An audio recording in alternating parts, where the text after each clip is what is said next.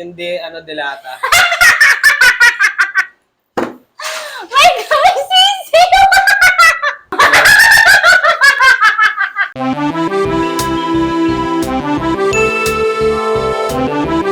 Alrighty! It is I, Manong Jare, back with a brand new Monday Night Alak Tutorials. I'm here with... With me!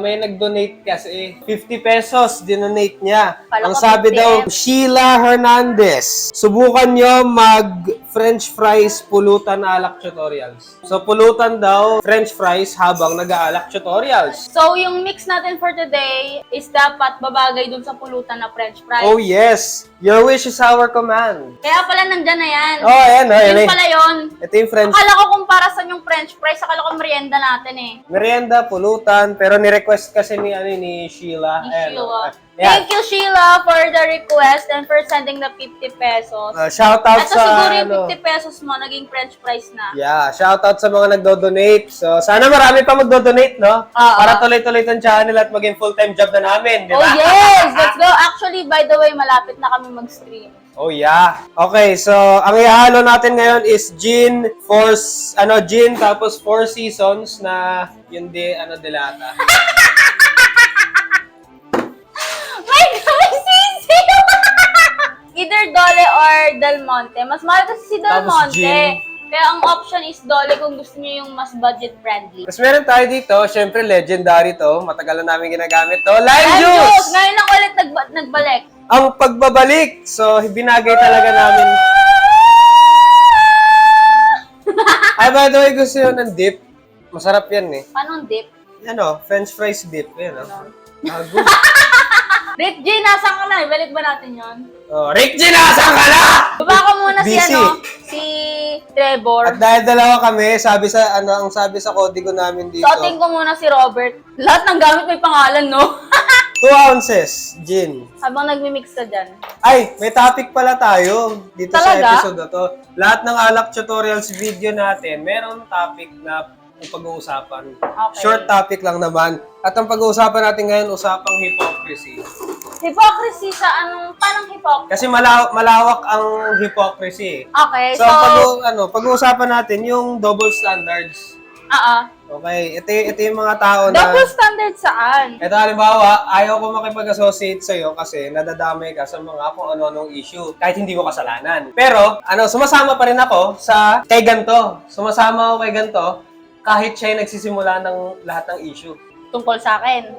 Oo. Ang tanong is bakit? Yun nga ang tanong, bakit? Ano yan, double standards ba tawag? Siya yung nagpapasimuno ng issue tapos sa kanya ka malapit, tiniiwasan mo yung mga taong ginawa niya ng issue. 3 ounces lime juice, tapos 6 ounces ng itong Dole 4 seasons. So, tuloy mo yung usapan. Wait lang, baka malaglag si Trevor. Okay, so since hindi naman natin alam kung ano magiging reason kasi nga in general speaking tayo, ang masasabi ko lang doon, kung ganun ka, may problema sa'yo. Oo. Diba? Unless bias ka sa tao na yon. Oo, yun. Diba? Posible. Kung bias ka dun sa kaibigan mo na yon, huwag ka na makipagkaibigan sa iba na nagiging hipokrito ka, diba? Okay na lumayo siya. Okay na lumayo ka. Dahil ayaw mo napapalibutan siya ng mga issue. So, ang pagiging hipokrito mo is mas pipiliin mong maging malapit sa taga-issue compared dun sa nadadamay sa issue. Ang galing, di ba? Parang baluktot yung pag-uutak, no? Pag-uutak. Oo, baliktad yung utak, no? Baluktot. Baliktad yung pag-uutak. Akala mo, akala mo tanga, no? Tsaka isipin nyo, walang kasalanan, bigla na lang magagalit or ayaw makipag-associate, di ba? Parang Yellow kasi. Maliban na lang kung yung kaibigan niyang nagpapasimula ng issue is na-brainwash ka na about sa taong to. Kaya mo siya nilalayuan. Hindi, Kasi posible din yun. Kung maraming tao ang nang-i-issue sa'yo, maraming negatibo sinasabi sa'yo, malamang sa malamang, maraming lalayo sa'yo. Oh. Bakit? Kasi they were fed lies. Oh. At saka ito, kung madali kayo ma-brainwash, sorry to say, tanga ka. No, tanga kayo. Di ba problema na yun sa Pinas, yung fake news? Oo. Ang daming na sa fake news. O, Balik ka na to. ang daming na sa maling akala. Kaya, yung delikado Pag hindi sila well-informed, delikado talaga mga kaunggoy. Ang daming napapaikot na narrative, di ba? Alam nyo, Hindi, guys. hindi lang to para sa mga issue, kundi sa buong sanlibutan na rin to. Oo. No? Pero kasi alam nyo guys, ganito rin kasi. Kirisama? Salamat. Okay, continue. Kahit na ang mundo natin ngayon is very open social media, marami tayong nakukuha sa social media, that doesn't give you the excuse to not do a proper background check. Yon! Dapat ganon! Kung ano lang yung makita natin sa harap, yun na yun. Parang sa parang problema ng mga kabataan ngayon, kung sino yung naunang kaibigan, yun yung priority nila. Oo. Mas kakampihan nila yung nauna nilang kaibigan kaysa dun sa mga kaibigan na naging second, third, fourth, fifth. Dun nagiging bias ka dun sa unang mong kaibigan kasi siya yung unang kaibigan mo eh. Which is not really tama. Diba? Ang sa akin kasi opinion ko dyan, kung kaibigan mo pareho, dapat kaibigan ka sa pareho. Kung paano ka maging kaibigan sa isang to, dapat ganun ka rin sa kabila. Oo. Hindi, kaya nga friends, hindi friend. Kung friend lang, di bahala ka sa buhay mo, isa lang palang kaibigan mo eh. Pero kung friends, kung paano mo itrato yung isa, ganun din yung pagtrato mo sa the rest of your friends. Oo, ganun dapat. Di ba? Hindi yung... Equality kasi dapat! Ano yan? Ano to? Uy, tapos na? Tsaka halimbawa, pag nag-away yung dalawa mong kaibigan, ano ang gagawin mo? Maging mediator ka, pumagitna ka. Alamin mo yung side na ito, alamin mo yung side na ito, share mo yung side mo, kung bakit ganito ganyan. Kasi syempre pag may kaibigan ka, tapos may something na nanggagambala sa buhay mo, malamang sa malamang, maghahanap ka ng kausap mo. Bakit? Natural na sa ating tao na mag-ask ng opinion ng iba di ba? Oh. Mag-ask ng ibang perspective. Kung ayaw mo naman makinig ng perspective ng iba or ng opinion ng iba, may problema ka sa utak mo. Real talk to. Yung mga madaling brainwash, sorry to say, tanga. At our age, kailangan matutunan mong i-conserve yung energy mo sa tamang tao. Podcast coming soon. Oo.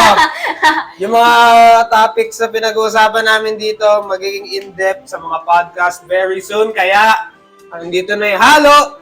Nandito na yung mix. Hey! Test! Habang siya. Oh! Pwede na. Oh! Oh! Oh! Oh! Oh! Oh! It reminds me of the tropics. Pero feeling ko dapat siguro naging 2.5 na lang yung lime. Lime juice bawasan, no? Oo. So, 2.5 ang gawin mo. So, bale sa 6 na ganito, 2.5 lang ng lime. May Yep. purpose din pala itong si Champ. Oo nga, taga-tago na. Nagatago ng pang-mix natin. Yeah, nandito lahat. Pati yung kodigo natin, Saka alam nandito nyo sa gantong mix, hindi ka mauumay agad sa french fries nyo. Yeah! Ngayon kasi ang french fries namin, plain. Ang maganda dito yung mga sour. Siguro kung into barbecue flavor kayo, pwede rin. Pero kung mag-cheese kayo na french fries, I don't really recommend it. Kasi matamis na tong mix natin eh. Hindi siya tutugma sa cheese flavor. Oh, tama lang. Tapos Tama yung lang na nag-plain muna kami kasi mauumay agad eh. sour cream to, no? Garlic mayo. Garlic mayonnaise yung dip Dip. namin. So, solid din, no? Alam niyo yung parang sa mga bar, mga club, tapos gano'n. Tapos ganito yung parang pulutan nila. Yung, minsan nga, hot wings eh. Yun na nga, garlic mayo. Okay, ano yung rating mo? Rating time, ikaw. Rating ko dito, 8! Bakit? Ginawa ko na excuse si Trevor, pero 8 talagang i-recommend ko dito na Oh, rating. bakit? Masarap kasi siya. Oo. Pwede siya sa maraming mga klaseng pulutan, like a wide variety of pulutan. And may pagkaano siya, bagay siya sa mga summery occasions, ganyan, pag nag-beach kayo.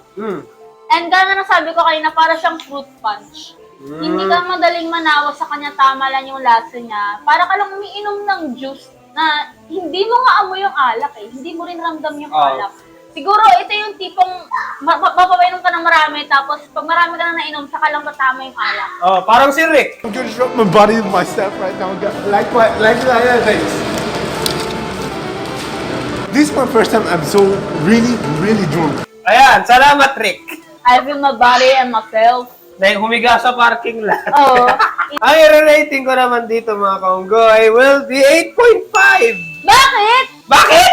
Kasi, masarap yung tropically vibes niya. Mhm. Pwede to sa mga beaches, you know. Cute na ito kung meron siyang payong na maliit. Ayun, no? putang ina. Tapos yung yung... Tapos may pineapple cut. Oh, solid! Ulitin namin to pag sa TikTok, di ba? Mm-mm. Yung mga presentable na mixes.